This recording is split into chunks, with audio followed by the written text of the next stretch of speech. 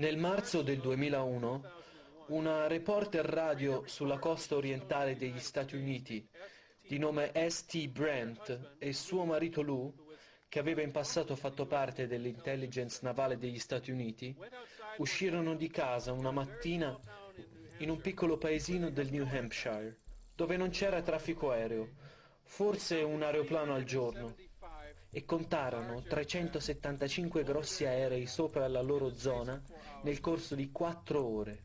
Luke contò 45 corridoi aerei che formavano una rete di scie chimiche nel giro di una sola ora.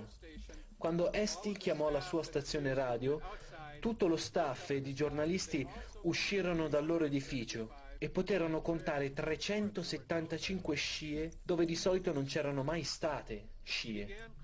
St. Brent iniziò a chiamare vari aeroporti e finalmente riuscì a parlare con un responsabile del controllo aereo per l'intera costa nord-orientale degli Stati Uniti, un uomo che successivamente abbiamo chiamato Deep Sky per proteggere la sua identità. In più di 3 interviste alle quali ho partecipato, ci riferì di fronte a testimoni che si trattava di un progetto della US Air Force e che gli aerei che si potevano seguire dai radar erano US Tankers che volavano in Canada dagli Stati Uniti, rilasciando materiale che poteva essere visto sui radar come una sorta di foschia. A tutti i controllori di volo sul territorio statunitense fu ordinato di indirizzare gli aerei civili al di sotto delle griglie di scie e delle interferenze che causavano. Quando domandammo quale fosse lo scopo di queste scie chimiche, ci disse che ciò che gli era stato riferito era che si trattava di modificazioni climatiche. Dopodiché chiamò i controllori aerei dei maggiori aeroporti statunitensi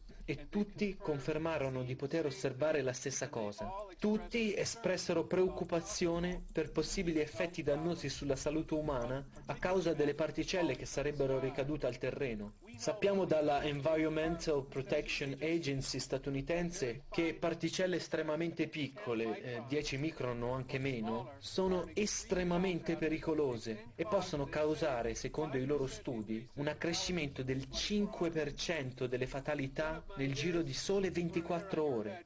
Uno dei miei capelli, o un capello sulla vostra testa, è largo 100 micron, quindi 10 micron è molto piccolo. Un brevetto americano del 94 riguardante l'irrorazione di chimici, in particolare ossido di alluminio, per riflettere l'1% della luce solare e rallentare il riscaldamento globale, richiedeva 10 milioni di tonnellate di ossido di alluminio da spargere nell'emisfero nord a livello di 10 micron. Al di là della tossicità delle particelle, anche la sola dimensione può essere estremamente pericolosa ricadendo casualmente verso il terreno. Quindi qualcuno che sta qui non presenta problemi, ma qualcuno 50 metri più in là può respirare molte di queste particelle e se è sensibile potrebbe sentirsi molto male, come stiamo scoprendo. Bario, alluminio, titanio. La presenza di tali sostanze chimiche potrebbero spiegare una delle anomalie più spettacolari che presentano le scie, ovvero le bizzarre iridescenze simili ad arcobaleni che appaiono in condizioni climatiche che non consentono fenomeni naturali simili, quasi come se l'atmosfera diventasse un'enorme bolla di sapone.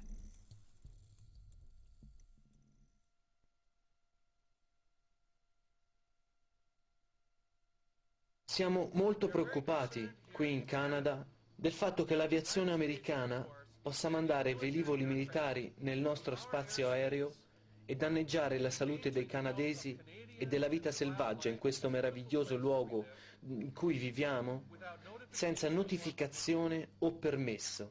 Siamo molto preoccupati che, mentre il clima si surriscalda e le condizioni atmosferiche diventano sempre più instabili, giocare con il manto nebuloso creando nuvole artificiali possa dar vita a un sistema caotico ancora più imprevedibile ed estremo nella sua oscillazione. Sappiamo che il manto nebuloso funge da termostato regolatore della temperatura sul pianeta. Sappiamo anche che le normali scie di condensazione sono così consistenti e così tante sulle principali rotte aeree negli Stati Uniti, Nord Atlantico ed Europa, che la copertura nebulosa è aumentata del 20% negli Stati Uniti. e secondo scienziati tedeschi almeno del 10% in Europa. Stiamo parlando di qualcosa come 62 milioni di aerei, militari e civili ogni anno, che con il loro scarico creano nubi artificiali che sostanzialmente cambiano il clima, perché queste nubi trattengono calore e rendono l'effetto serra ancora più pericoloso. Ma le scie chimiche non sono scie di condensazione. Proprio perché sono chimici, hanno una persistenza maggiore e proprio per la loro natura chimica possono indurre problemi di salute. È mia convinzione e quella di due scienziati che lavorano al progetto Chemtrails al Wright-Patterson Air Force Base dell'Ohio, che le scie chimiche rilasciate a grandi altezze portino al terreno e nei nostri polmoni microscopici funghi, batteri e virus che sappiamo vivere nelle zone più alte dell'atmosfera. Non siamo abituati a tali cose. I nostri polmoni, il nostro sistema immunitario non ha mai avuto esperienza di tali agenti patogeni. E credo anche che le perdite di memoria breve, i dolori alle giunture, lo stordimento siano segni di micosi, infezione da funghi. La maggiore differenza tra i disturbi legati alle scie chimiche e la comune influenza, al di là della severità di tali disturbi, è che naturalmente in un'influenza la temperatura sale. Se ci si sente male a causa delle scie, la temperatura cade.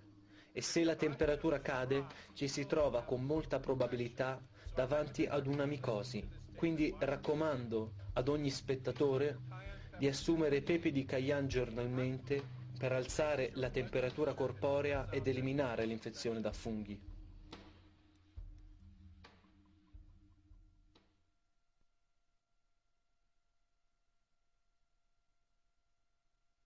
It was Edward Teller who took research by Russian scientists and È others stato Edward Teller che, partendo da ricerche russe e di altri, nel 1997 pubblicò uno studio in cui suggeriva che i governi occidentali avrebbero dovuto usare uno schermo solare nella stratosfera di piccole particelle riflettenti e suggerì nel dettaglio ossido di alluminio per riflettere l'1% della luce solare e rallentare il surriscaldamento globale, che già in quegli anni aveva raggiunto proporzioni critiche. Ad un seminario internazionale sulle emergenze planetarie nel 1998, Edward Teller, il padre della bomba H, suggerì nuovamente ai delegati dei governi rappresentati in quel seminario di usare uno schermo solare.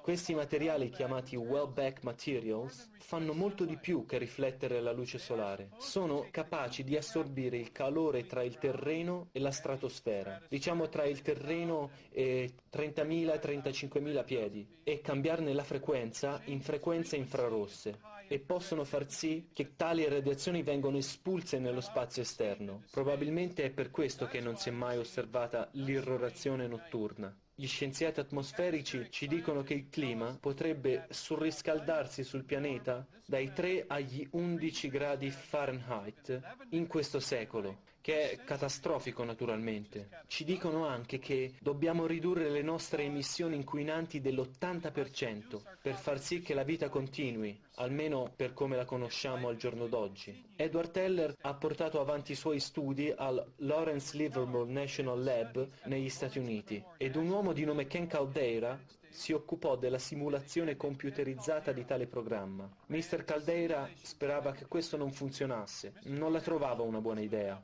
Lui e i suoi colleghi scoprirono infatti, almeno ad un livello teoretico, se abbastanza di questo materiale fosse stato rilasciato nella parte superiore dell'atmosfera, avrebbe bloccato i raggi UV e probabilmente è per questo che scaricano così tanto sulle città. Forse a protezione delle persone contro alti livelli UV adesso che lo strato di ozono sta scomparendo. Ed anche sopra i campi, perché in questo periodo negli Stati Uniti stanno perdendo 3 miliardi di dollari in campi agricoli ogni anno a causa di danni delle radiazioni solari. Il modello computerizzato mostrò che questo avrebbe funzionato e prevenuto il surriscaldamento nei prossimi 50 o 100 anni, se questo programma fosse stato portato avanti, per solo $1 miliardo l'anno, veramente un programma poco costoso.